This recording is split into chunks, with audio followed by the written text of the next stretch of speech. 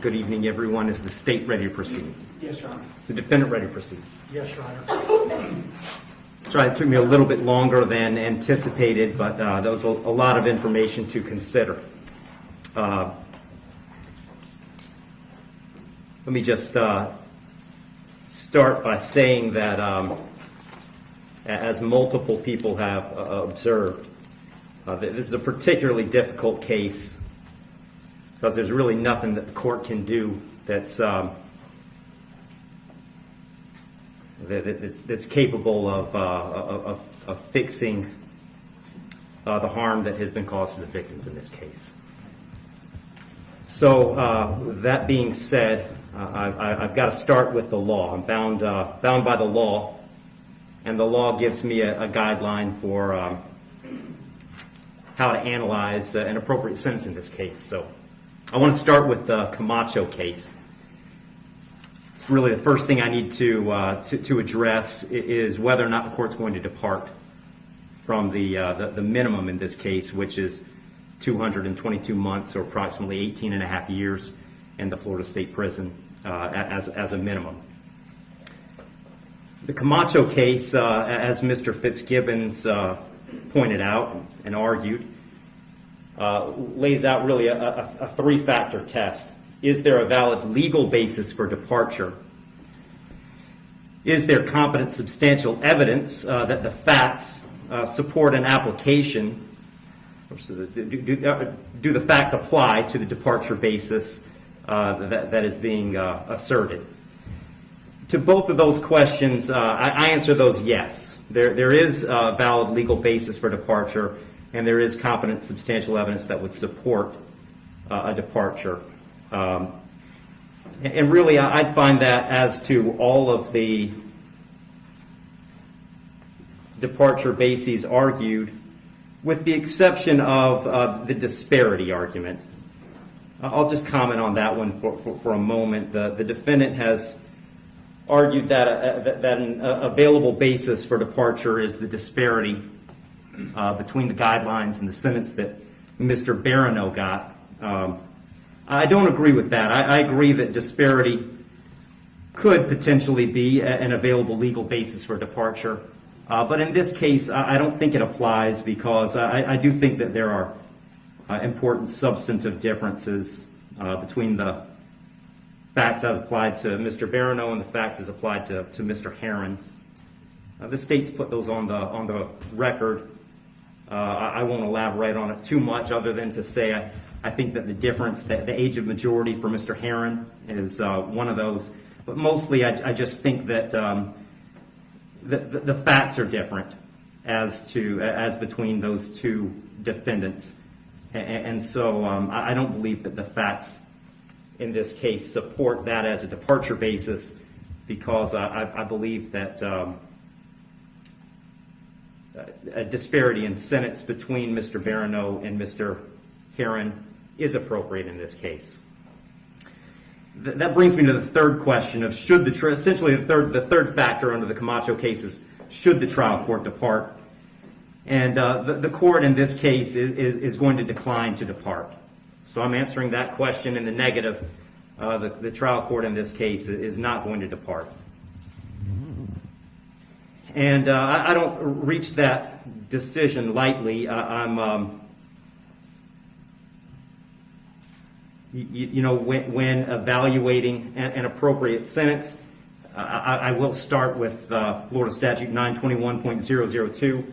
It was pointed out several times the primary purpose of the criminal punishment code in Florida is to punish. And I've got to take into account the severity of the primary offense and the circumstances surrounding the primary offense. When I take into account circumstances and severity, a lot of what I'm taking into account really when I sentence is intent and harm. And in this case, there wasn't any evidence, and nor does the court believe that there was any specific intent to do harm, in this case to the victims. But there was intent to drive at an egregious speed, 102 miles an hour, regardless of the consequences and regardless of of who that ended up harming. And then the second part of that, the second component, is the harm caused. And in this case, it's just impossible to have greater harm than the harm that occurred in this case, which was the loss of a mother, loss of a baby, and really the loss of a family as it existed when this occurred.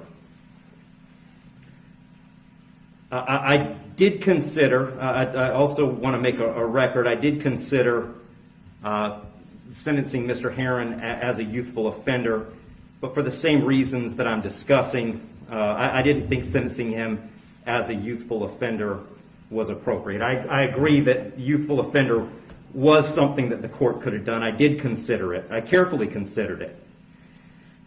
But the court just found that due to the serious nature of these offenses, the extreme nature of the conduct, and again, the level of harm, that a youthful offender sentence was not appropriate.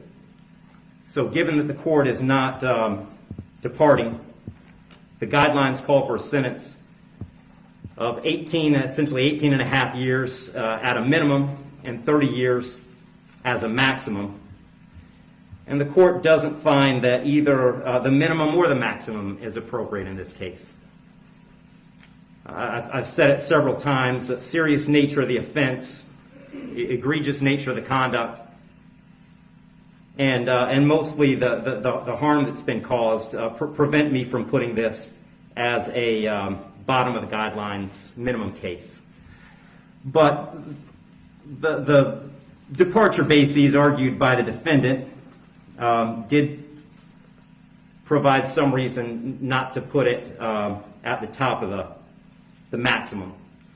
And specifically, the court did take into account that the defendant's 18, certainly responsible for his actions, and he's being held accountable for his actions. But the age of 18, the court finds, is a mitigating factor and shouldn't put this at a maximum. Also, the complete lack of prior criminal history is something that the court considered as preventing this from being at the top. So having said all that, the court is going really toward the middle between the minimum under the guidelines and the maximum punishment permitted under Florida state law. So on count one, vehicular homicide, the court's going to adjudicate the defendant guilty, sentence him to 9 years in the Florida State Prison. On count two, same charge, court will adjudicate the defendant guilty, sentence him to 15 years Florida State Prison, and that'll run consecutive to count one for a total of 24 years Florida State Prison. Count three is a misdemeanor, unlawful racing on a highway, so the court will adjudicate the defendant guilty, sentence him to time served. Give credit for time served, I believe, 2 days. Court will impose mandatory court costs. Mr. Herine, you have given up the right to appeal the determination of your guilt or innocence. You do have 30 days to appeal the sentence of the court. And I'll direct the bailiffs to take Mr. Herine into custody.